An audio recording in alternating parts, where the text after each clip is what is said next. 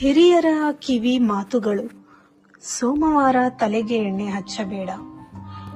ಒಂಟಿ ಕಾಲಲ್ಲಿ ನಿಲ್ಲಬೇಡ. ಮಂಗಳವಾರ ತವರಿನ ಮಗಳು ಗಂಡನ ಮನೆಗೆ ಹೋಗುವುದು ಬೇಡ.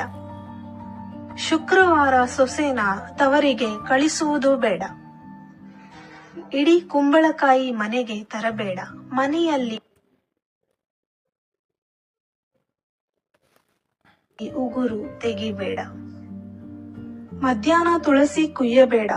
ಹೊತ್ತು ಮುಳುಗಿದ ಮೇಲೆ ಕಸ ಗುಡಿಸಬೇಡ. ಹೊತ್ತು ಮುಳುಗಿದ ಮೇಲೆ ತಲೆ ಬಾಚಬೇಡ. ಉಪ್ಪು ಮೊಸರು ಸಾಲ ಕೊಡುವುದು ಬೇಡ. ಬಿಸಿ ಅನ್ನಕ್ಕೆ ಮೊಸರು ಬೇಡ.